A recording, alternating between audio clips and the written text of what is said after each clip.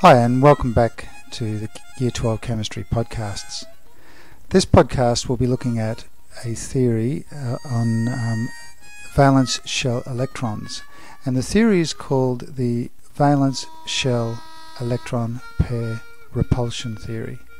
Now, in this theory, we are understanding that electrons have a negative charge. Also, if you look at the name, it says electron pair. Around any atom, electrons occur in pairs. Now, those pairs of electrons having similar charges to other pairs of electrons will repel. I've got a video here of a water balloon with a negative charge and another water balloon being pulled up near it, and you'll see that both of them will repel each other to the furthest distance they can get apart. Now, when we look at an atom around a central atom, there are always 4 pairs of electrons, or at least around the first 20 atoms, which we'll be looking at this year.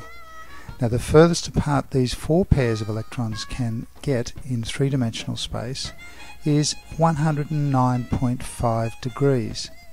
If you could imagine if you drew 4 pairs on a flat piece of paper, which is two-dimensional space, the furthest apart they could ever be would be 90 degrees. But by using the third dimension, they can get an extra 19.5 degrees apart. This shape is called a tetrahedral shape and is the basis of many shapes of molecules. If you have 4 bonding atoms around a central atom, the molecule will form a tetrahedral shape. If that central atom still has the 4 pairs of electrons around it, but only 3 of those electron pairs are involved in bonding, and the other pair of electrons are a non-bonding or a lone pair of electrons, you can see you get what is called a pyramidal shape. And you'll also notice that the bond angles have been reduced. The lone pair of electrons has a lot more negative charge than the bonding pair of electrons and will push those bonds closer together. If you had 4 pairs of electrons around the central atom and only 2 of them involved in bonding, you will get a V-shaped or bent molecule, and again you will notice that the lone or non-bonding pairs of electrons push the bond angle closer together. That angle of 104.5 degrees is the angle that you would find in a water molecule. Some atoms will not have 4 pairs of electrons around them. I've got the 4 electrons in this little video here, and if I burst one of them, which I did when I set this video up, as that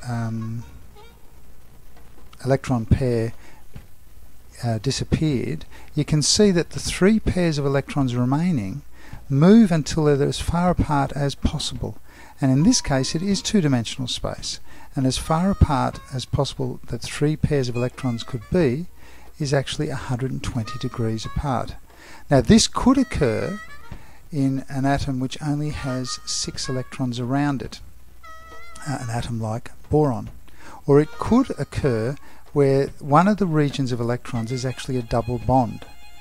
But if there are only 3 bonding atoms around a central atom and there are no lone pairs of electrons, the bond angles will all be 120 degrees, and we call this shape a trigonal or triangular planar molecule. If it has 3 regions of electrons around the central atom and only 2 of them are involved in bonding, and one is a lone or non-bonding pair of electrons, again we get a V-shaped or bent molecule, and again you'll see that the lone pair of electrons pushes that bonding angle a bit closer together, so it will be less than 120 degrees. You could have only 2 regions of electrons. Now, to illustrate with the little balloons, what I did here is I burst one of the balloons and it exploded quite a bit, and the other 2 that remained will push each other apart as far as possible, and the furthest apart you can get 2 regions in the molecule is actually 180 degrees. So if you have a central atom with 2 regions of electrons around it, and that could be an atom, a non-octet atom like beryllium, which only requires 2 pairs of electrons around it, or it could be a molecule formed like carbon dioxide, which has a central carbon and 2 double bonds. The furthest apart those regions of electrons can be is 180 degrees. And if you do that, you will have a linear molecule.